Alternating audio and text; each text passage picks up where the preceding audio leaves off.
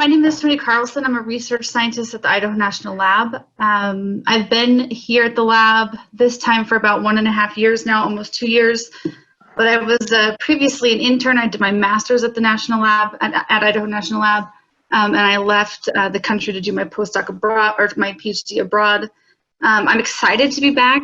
I think there's a lot of really great research going on, not only at INL, but with all the other national labs, and there's a great push from industry. So I think this is a really encouraging time. I really look forward to rapidly advancing, the applications for molten salt reactors. So I hope we can all work together in that. I am here today just to talk with you briefly. I only have 15 minutes, so I can't really cover everything about molten salt reactor related research activities that we're doing at the Idaho National Lab. Before I get started, though, I'd just like to say thank you to the organizers of this workshop, this really useful workshop, to get the whole community kind of together in one place so we can communicate with each other and see what missions we need to support. Also, thank you to the folks at the Oak Ridge National Lab and the MSR campaign and all of those who organized this. And also thank you, Ted, for moderating. And with that, I'll just get started. So I am a part of the staff in the Pyrochemistry and Molten Salt Systems group. We are currently at about 28 people. That number is fluctuating, but in the past year or so, it's been rapidly increasing. We've been hiring quite a few different people, ranging from scientists to technicians to postdoc or advisors. We do have a lot of facilities at the Idaho National Lab specifically for molten salt research. Those range the whole spectrum from non-radiological laboratory spaces to nuclear facilities where we're working with, used nuclear fuel or high quantities of actinic-containing salts, where we would need to work in our atmosphere hot cell or some of our transuranic glove boxes. All of our lab spaces do contain glove boxes within our atmospheres. And they're all very versatile. A lot of our experiments are rapidly changing, and we're swapping things in and out, trying to keep up to date with what's relevant for industry needs today. So if you have any things you want to set up, please get in contact with us. We're more than happy to accommodate. I also just want to note that my slides are pretty full of text, and I did that on purpose because I intend to share my slides. So I won't be going over every single point in detail, but you'll have it there if you want these slides when this is over. So moving on to the capabilities that we have in our national or in our labs, we have quite a few different capabilities, some that are common throughout, such as electrochemistry and corrosion studies. We also do a lot of joint fuel cycle or integrated fuel cycle tests, of demonstration of recycling used nuclear fuel, where we use molten salt as electrolytes. We do have quite a bit of thermal property characterization equipment, such as the DSC, STA. We have viscometers, rheometers that we're setting up, and this list is being added to daily. We are rapidly trying to increase our presence in this field as well, and some of the research I'll show you here in the near future will demonstrate that. Another capability that we've been focusing heavily on in the last year or so is our synthesis of fresh fuel salts. So Dr. Steve Herman, you can see down here in this picture, he has been pushing a campaign, and I think this last fiscal year, FY20, he's done about 5 different syntheses of the UCl3, and also in varying different binary systems as well. So for instance, uranium trichloride and sodium chloride, or the uranium and potassium chloride. We are starting this month with a campaign to do the same thing, but with plutonium chloride as well. So that will be an interesting project. I think that actually kicks off today with our hydride to hydriding process.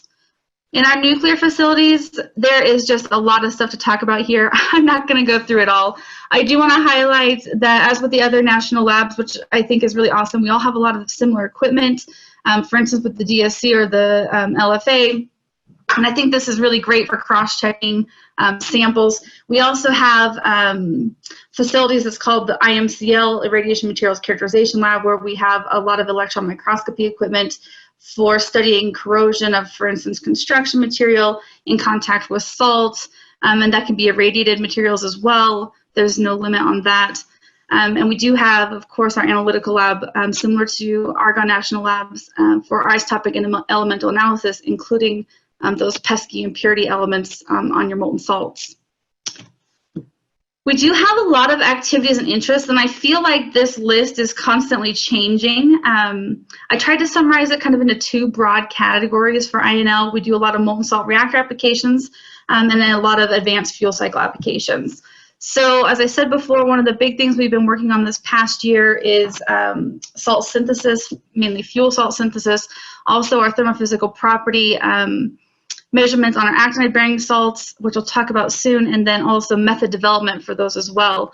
And I think this is a good point to say that it's absolutely a place where we can collaborate. It sounds to me, and from the data that I've seen from the previous presenters, there's a lot of work that's already been done here, and we, of course, do not want to repeat everything, so we can work together and collaborate on developing those. We also have worked for a long time on waste form strategies as a disposition path, for instance, for nuclear fuels such as molten salts. I think that's a topic that's not talked about enough, but needs to be talked about more. This year, we were also approved on 2 projects to do effects of irradiation on molten salts. So we have 2 capsule irradiation tests, one going in the ATR, the Advanced Test Reactor fuel canal, and then the other going into the NRAD reactor, which is a trigger reactor that we have at the Materials and Fuels Complex, which is where most of our molten salt research is located. One project that I'm really excited to talk about today, I think it's probably one of my favorite projects. It's called MSTEC. It's the Molten Salt Thermophysical Examination Capability. We've partnered with NRIC, the National Reactor Innovation Center, to deliver to industry or anyone interested, academia or other national labs for that matter, capability for post-irradiation examination of specifically used fuel salts. It is a shielded capability, so if you can see my pointer in the top picture, you have MSTEC, which is a modular hot cell. It contains shielding on one side where you handle your samples if they're highly irradiated or and your body cannot contain the dose, then you stand on the side of the shielding, absorb the dose, and you work with your samples via manipulators. When the irradiated samples are contained in the shielded sample storage wells or not in the modular hot cell, and you're working with, for instance, fresh fuel salts like plutonium chloride, sodium chloride, or uranium salt, then you are more than welcome to work on this glove box side where your dexterity in handling samples and small crucibles, for instance, on things like the DSC is much better. It is specifically focused for thermophysical property measurements on liquid fuels. At INL, before we have a strong background in PIE characterization of solid fuels for the oxide and metallic fuels, and this is just an extension of our PIE capabilities to cover liquid fuels. What's included, what I want to say about MSTEC, I think it's one of its most important features is it's there to address major experimental gaps which will exist for which do exist for actinide and irradiated molten salts. We've included and in this last fiscal year ordered the instrumentation, which I'll discuss a little bit here, such as the DSC for specific heat, the SCA for a really wide range of wide variety of property measurements such as melt temperature or vapor pressure determination, the TMA for linear thermal expansion and relative density determination. We have the rheometer for viscosity. We partnered with Dr. Troy Monroe at BYU to develop a thermal hot wire method for direct measurements of thermal conductivity. We have a pycnometer and densitometer for measuring density in both the liquid and solid state. And we have a well furnace that we purchased, and we have a lot of these actually in our different lab setups where we study electrochemistry, do salt synthesis, and corrosion studies. And this is meant to be an extremely, extremely versatile workspace for users in academia, industry, and beyond. We do have the capability to work with virtually any kind of salt, chloride, fluoride, bromide, whatever it should be, and whether it be containing beryllium or not, we have the option to work with it. There is also kind of a blank space area in this MSTEC hot cell where it's about a 6 foot by 6 foot by 6 foot tall workspace where people who want to have an experimental setup or want to test, a new probe or something like that on actinide or irradiated salt, they can bring their experiments in and set them up and do their work there. This is meant to be kind of an interactive work area for everyone. MSTEC was started, funded in FY20. We kicked off the project, I think, May this year. We plan to have this online operational with irradiated salts in FY23.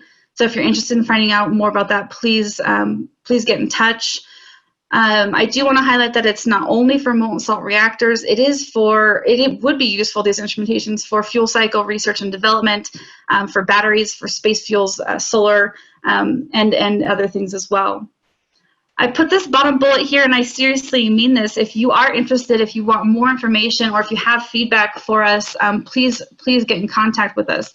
So as I said before, we've purchased and we are setting up the instruments listed here. But if there's something, especially this is directed towards industry, if there's something that we're missing that you think would be beneficial, please get in contact with us.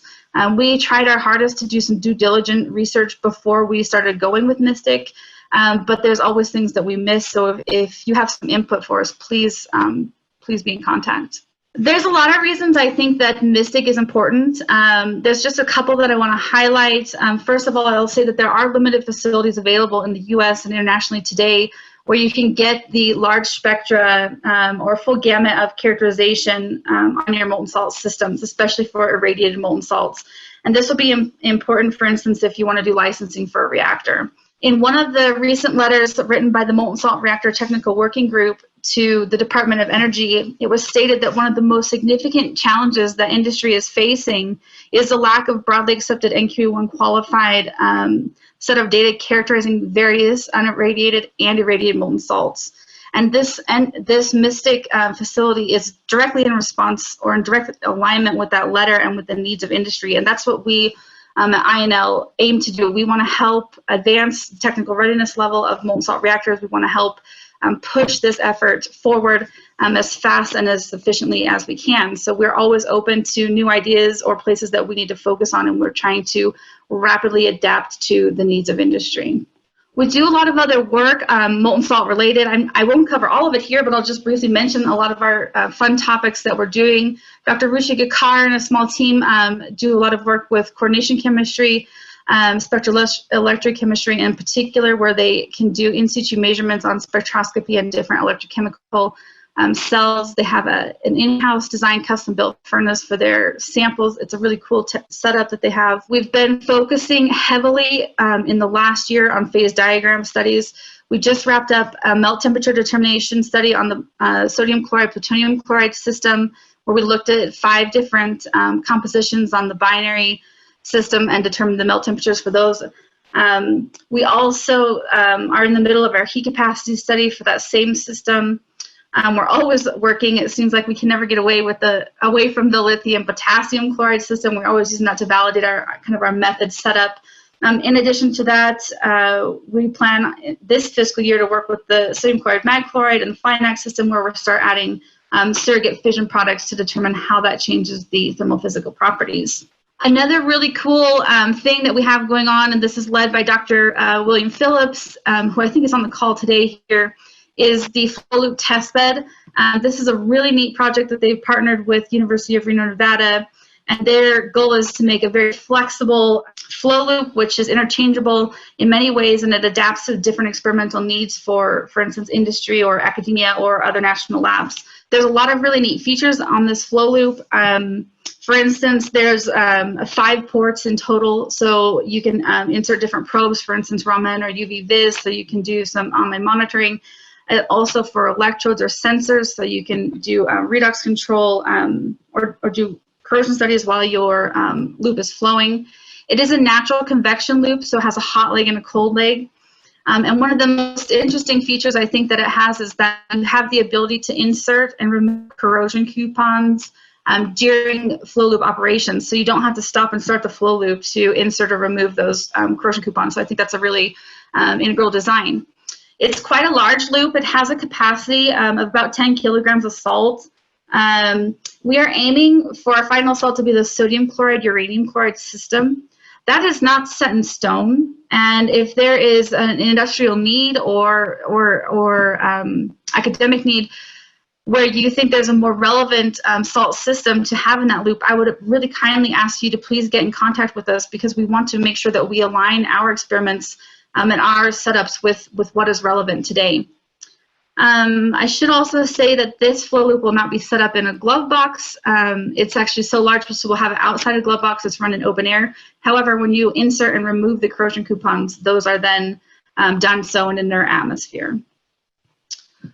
And lastly, I told you I would talk about waste forms. I think this is a topic near and dear to my heart. It is a topic that is not talked about that much, and I think there's probably a reason for it. We just simply don't know what to do with the used fuel. So I'll bring it up here as a good starting point for people to start thinking. I think this is an interesting point or an interesting topic for sustainable reactor design, actually. We need to determine a disposition path. Today, there's really no clear goal or clear resolution to what to do with our used nuclear fuel. There's several options with the waste form work that we've been doing. First is you have to decide, do you want to create a halide waste form or do you want to dehalogenate? The reasons to dehalogenate are many, but one of them, which I think is a pretty cool idea, is that when you dehalogenate, you can, for instance, recycle some of your halides. So if you're interested in keeping your chlorine-37 and using that in production of new fuel, then you have the option here. Once you've decided if you want to halogenate or dehalogenate, you can then decide if you want to partition different chemical groups. For instance, if you want to remove your rare earth fission products. There's a lot of options here. In FY21, they have a pretty aggressive campaign to study 3 different types of waste forms. The first is the iron phosphate glass fabrication, and they're integrating this with a chlorine capture, where they take the chlorine that they've captured and use it to produce UCl3.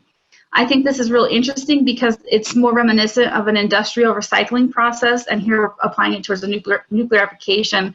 And one might say maybe to be more, I don't know. We also are doing a labs glass demonstration and a metal waste forms demonstration in FY21. And again, if you're interested in talking more about this, absolutely get in contact. So we focus heavily on our hands-on research activities, but there are some people at the lab, and I won't talk too much about this because I think NEAMS probably has a presentation on their own, but there are some people at INL who are working with the ModSim folks and the NEAMS campaign to do modeling simulation of MSRs. So they've been helping develop this ModSim tool for using the Moose tools, Pronghorn and Griffin, to model complex geometry or transient simulations in molten salt reactors. That is all I have. I know there's a lot of information on those slides, and I probably talked really fast because I'm pretty excited about all this work that we're doing. I just want to close and say that a few things that we are absolutely wanting to and open to collaborations, both with academia, industry, or other national labs. We know we're not always the smartest people in the room, and we have a lot to learn. Our #1 goal here is to advance the advanced reactor technology as quickly as possible, and we want to do so by only doing the most relevant experiments to industry. So with that, I would like to thank all the audience members for your time and allowing me to speak today. Please get in contact again if with myself or my manager, Ken Marsden. Our emails are here. And if you would like to learn more about this MSTEC hot cell or have input on that design and integration of that as well, please get in contact. With regard to the LANL work, is there any look towards combined irradiation corrosion experiments? So they're interested in combined irradiation corrosion effects in varying alloys. So for our capsule irradiations, we believe they will take those capsules and cut them up after the irradiation and study those. So yes. Okay, Melissa.